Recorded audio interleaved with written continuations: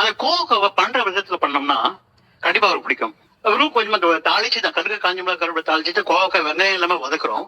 இறக்கும் போது வேர்க்கடலை பொடி போட்டு எடுத்து இறக்குனீங்கன்னா அது ஒரு டேஸ்ட் வாய்ப்பே இல்லை. அந்த அளவு மோஸ்ட்லி பாத்தீங்க அப்படின்னா அந்த வெஜிடேரியன்ல நிறைய மெடிசனல் வேல்யூஸ் இருக்கு.